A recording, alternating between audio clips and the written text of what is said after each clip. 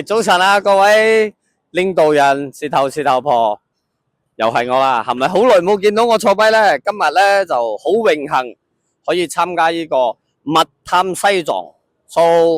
其實我哋係有好多隊友嘅，38架，剩嘅呢一半就出發咗啦。我哋係最尾一班嘅。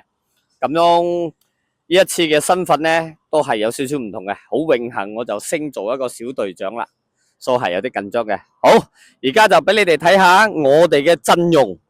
嚟，首先阿菲加端，我嘅都係陪住我嘅阿菲加端啦，同埋呢個鴨仔嚟睇睇，陪住我嘅依然係呢隻鴨仔嘅阿菲加端，我都坐咗好多年，呢啲唔使介紹噶啦啊。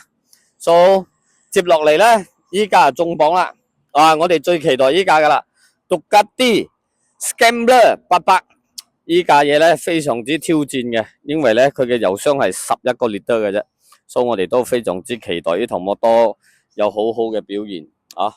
跟住咧就係我哋呢架超級豪華版 BMW RT， 呢架嘢咧其實我係冇咩想介紹嘅，因為堪稱 perfect 嘅摩托，都冇咩使介紹噶啦。